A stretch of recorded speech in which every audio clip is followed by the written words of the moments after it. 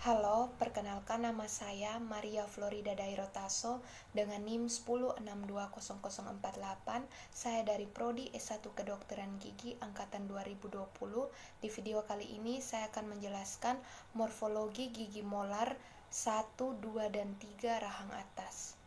Yang pertama ada gigi molar pertama, rahang atas, di mana gigi ini merupakan gigi ke-6 bagian atas, kiri, dan kanan. Kemudian gigi ini mempunyai 5 cups, di mana yaitu ada mesiobukal, distobukal cups, distopalatal cups, kemudian tuberculum carbinal, kemudian ada mesiopalatal cups. Kemudian untuk akarnya mempunyai 3 akar, di mana akar palatal, akar mesiobukal, dan akar distobukal. Kemudian untuk ketiga akarnya itu menyebar. Untuk yang pertama, jika dilihat dari pandangan bukal yang ini, di mana terdapat 2 cups, yaitu cups mesio dan cups distal bukal. Kemudian di antara kedua cups terdapat bukal groove dan tinggi cupsnya kurang lebih 1/5 panjang crown. Kemudian terdapat 2 akar, akar mesiobukal dan akar distobukal. Kemudian di antara kedua akar terlihat sebagian akar palatina yang panjang dan bulat. Kemudian bifurkasi terletak kurang lebih di tengah-tengah panjang akar. Kemudian yang kedua itu dilihat dari pandangan palatal yang ini, di mana pandangan palatal ini terlihat 3 cups, cup mesiopalatal terbesar dan tertinggi, kemudian cups distopalatal dan tuberculum carabelli. Kemudian antara cups mesiopalatal dan distopalatal terdapat palatal groove. Kemudian terlihat akal palatal dengan adanya lekukan yang panjang tapi dangkal. Terlihat sebagian akar mesiobukal dan distobukal. Kemudian untuk cervical lainnya hampir lurus. Kemudian untuk yang ketiga dilihat dari pandangan mesial yang di bawah ini, di mana terlihat 3 cups, yaitu cups mesiobukal, tuberculum carabelli, dan terlihat 2 akar, akar mesiobukal dan akar palatal. Untuk akar distobukalnya tertutup akar mesiobukal. Kemudian bifurkasi terletak lebih ke arah cervix daripada bifurkasi sebelah bukal. Kemudian untuk cervical lainnya hampir lurus. Kemudian yang keempat, jika dilihat dari pandangan distal, di mana terlihat 4 cups, yaitu cups mesiobukal, distobukal, mesiopalatal, dan distopalatal. Kemudian terlihat 3 akar, akar palatal, kemudian akar mesiobukal atau sebagian, dan akar distobukal. Kemudian yang terakhir itu yang kelima, yaitu dilihat dari pandangan oklusal yang ada di tengah ini, di mana bentuk permukaannya seperti belah ketupat dengan sudut tumpul pada mesiopalatal dan distopalatal. Kemudian sedangkan sudut runcing pada mesiobukal dan distopalatal, dan gambar pandangan oklusal ini terlihat mempunyai 5 cups. Kemudian yang kedua ada gambar gigi molar kedua, di mana gigi ini merupakan gigi ke-7 kiri dan kanan untuk rahang atas, di mana gigi ini mempunyai 4 cups, yaitu cups mesiopalatal, mesiobukal, distobukal, dan distopalatal. Kemudian gigi ini mempunyai 3 akar, akar palatal, mesiobukal, dan akar distobukal.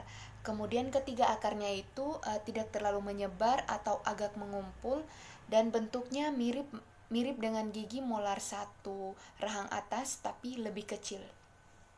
Kemudian yang pertama, jika dilihat dari pandangan bukal, di mana terlihat 3 akar yang membelok ke arah distal tapi tidak menyebar.